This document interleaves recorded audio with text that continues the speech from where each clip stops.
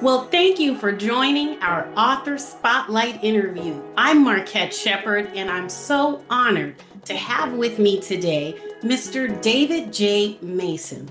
He is a U.S. military veteran and author of the trilogy series, The Self-Liberation of Parson Sykes. It's a very special trilogy to his family, who has a long history in the U.S. military. Mr. David Mason, thank you so much for coming online today. Well, thank you for having me, Marquette. Well, tell us about this trilogy of books and how it's connected to you in a very personal way. Every family reunion we had, someone had to get up and give the family's history. And the favorite part was about my great grandfather and his escape from slavery. We always waited for that, but we never ever knew the real details. So, after a while, I began to do a little Ancestry.com investigation, and I learned a lot more about the family. And when it came my turn to give the family's history, the family said, "We think you better record that." And that's what I did. And as I started recording and researching, I learned so much, not only about my grandfather, but I learned a lot about the United States colored soldiers. And I decided to put this in the trilogy because there was just so much information there. Mr. Mason, you said your great grandfather, Parson Sykes, who the trilogy's life is based on, he wanted three things in his life and for future generations. That was land, education, and freedom. Tell me a little bit more about that and how it played out into your generation today. During the Civil War, you've heard the story about the 40 acres of the mule. Black soldiers were promised land. Black people were promised land. And it stayed that way, and the word got around that they were going to get 40 acres until Andrew Johnson became president. And he rescinded that order. But my great grandfather used his pension after the war to purchase land in Southampton County. He started a farm. He and his brothers purchased it together. They started a farm. Today, that farm is still in the family since 1865, 67. He also wanted his children to have a name. You know, at that time, Black folks' names were whatever their slave owners were. So he took his father's name. He knew who his father was, Solomon Sykes, and he named himself Parson Sykes. He kept the name that his mother gave him, Parson, and he took the name Parson Sykes. His children are Sykes, and he wanted to educate his children. And during the Reconstruction, while he was in the Army, he and his brothers were educated by the Union Army. Parson wanted his family to participate in politics and vote. Parson was known as a pillar of the community. He was a hero.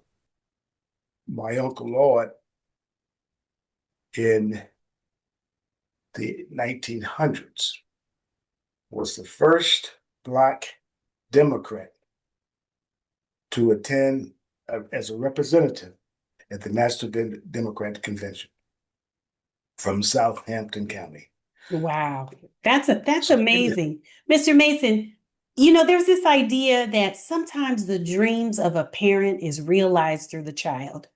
And when you tell the amazing story of Parson Sykes, how he empowered himself and he said, I'm not going to take that slave name, I'm going to recreate my identity from a place of power. When you look at him then, and then you look at what your family has done now, even you as an entrepreneur and author, you've written the book, you're educating your family first through storytelling, and now the public through your books and all of the great things your family have done in that part of Virginia. Tell me, what do you want your readers to take away from your amazing family story? It's Black history, but it's also American history. Yes. When Parson was in the Army, the mentors told him, said, Parson, victory in war, victory is just the blossom. But nothing is more frustrating than a bloom that doesn't morph into fruit. So I hope that what Parson did, his plan, and what his family has done is followed up by not just my family, but for all Black people participating. One of the fruit of Parson's work can almost be symbolized in 3 amendments to the Constitution: the 13th, 14th, and 15th Amendments. And today, we are still having to protect the 14th Amendment.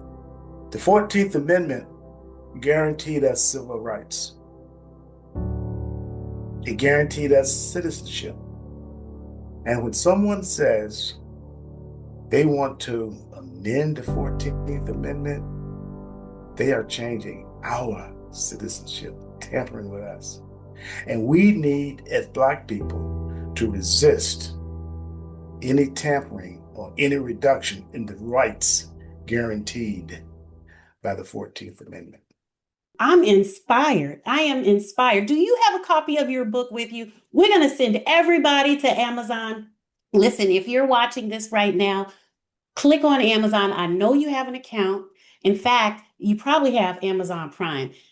This is American history, and I am sure you cannot get this in a public school education and a lot of private schools, because this is real American history passed down from generation to generation. And you are the generation to bring your family's history to the world. And I so appreciate you for coming on this platform to share that. Thank you. Thank you. And I'm glad to be here. And had this opportunity to share this, especially during Black History Month. Thank you.